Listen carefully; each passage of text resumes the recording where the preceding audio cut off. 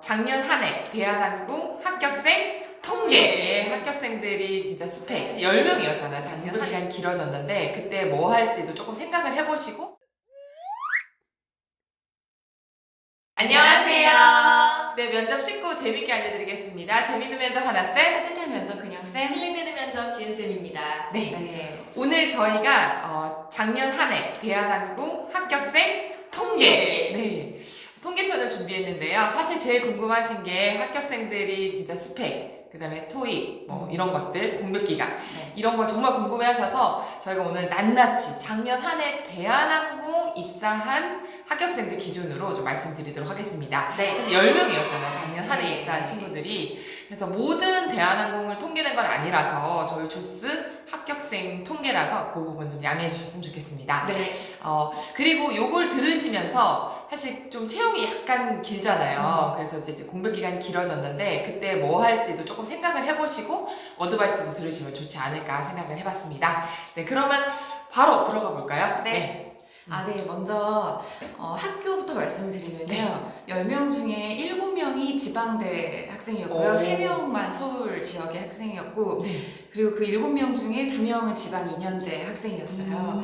그리고 전공이 10명 중에 3명이 항공과였고, 나머지 7명은 다 다른 전공인데, 그 중에 어문 계열이 4명이고, 예체능 1명, 사회 1명, 공학 이렇게 전공이 있었습니다.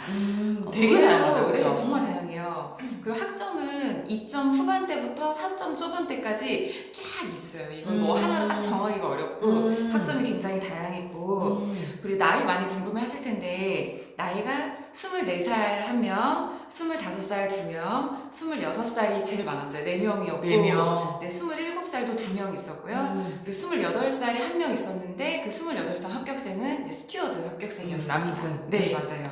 네. 그리고 더 궁금한 게 있죠. 사실 이제 지원 경험 이런 게 뭐 공백기 이런 거 너무 궁금한데 사실 이제 길어지면 사실 이제 공백기가 좀 길어지니까 맞아요. 그런 부분도 사사치 알려주시면 좋을 것 같거든요. 네, 우선은 뭐 경험은 워낙 많았고 한 명 첫 지원인 친구 빼고는 면접 경험이 굉장히 많았습니다. 그래서 공백기만 우선 따져보면 거의 8명, 10명 중에 8명이 이제 1년 이상 준비를 했었고요. 이제 첫 지원인 친구는 당연히 이제 조금 그보다 적은 거죠.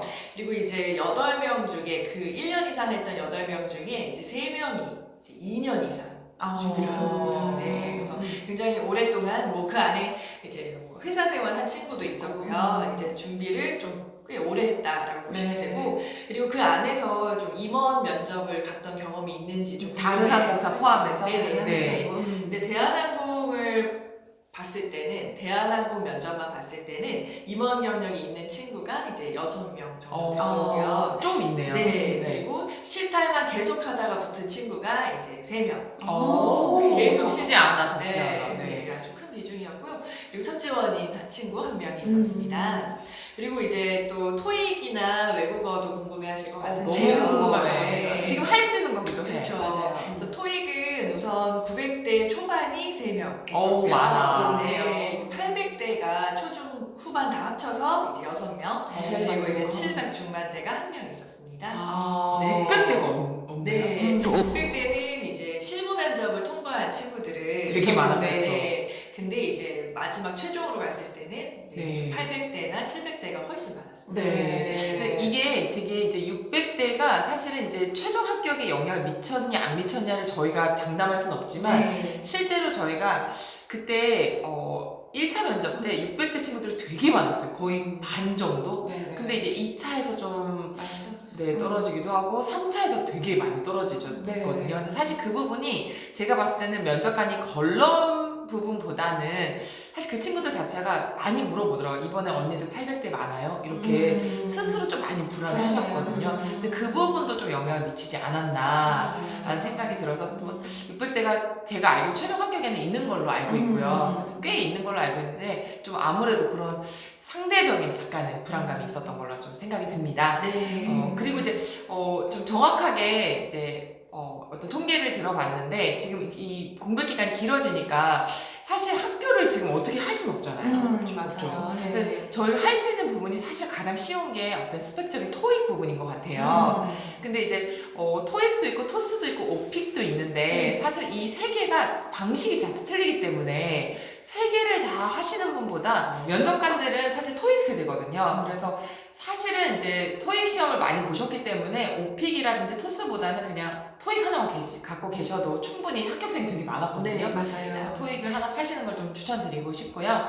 그 다음에 사실은 이제 공백 기간 고민도 많으신데 공백 기간이 1년 이상이 제일 많았어요. 8명. 그래서 보통은 면접관들이 1년 정도 됐을 때는 공백 기간에 뭐 하셨어요? 이런 질문 사실 굉장히 라이트한 질문이거든요. 그래서 2년이 넘지 않으신 분들은 너무 불안해하실 필요는 전혀 없고요. 2년이 만 2년이 좀 넘었다. 그런 분들은 사실은 조금 일하면서 병행하시는 것도 나쁘진 않을 것 같다라는 좀 조심스러운 조언을 좀 드리고 싶고요. 그리고 이제 마지막으로 학점 때문에 만약에 대한항공이 좀 여러 번 서류 탈락을 한 경험이 있다 이런 분들은 사실 학점은행제가 좀 기간이 조금 굉장히 유연하더라고요. 좀 오래 걸리는 것도 있고 짧게 걸리는 것도 있어서 실제로 학점은행제 합격생들이 있었어요. 네, 그래서 그 부분을 좀 만회하시는 것도 어떻게 보면 좀 괜찮지 않을까 좀 생각이 들었습니다. 맞습니다. 그래서 저희 오늘 통계로 좀 보여드렸는데요.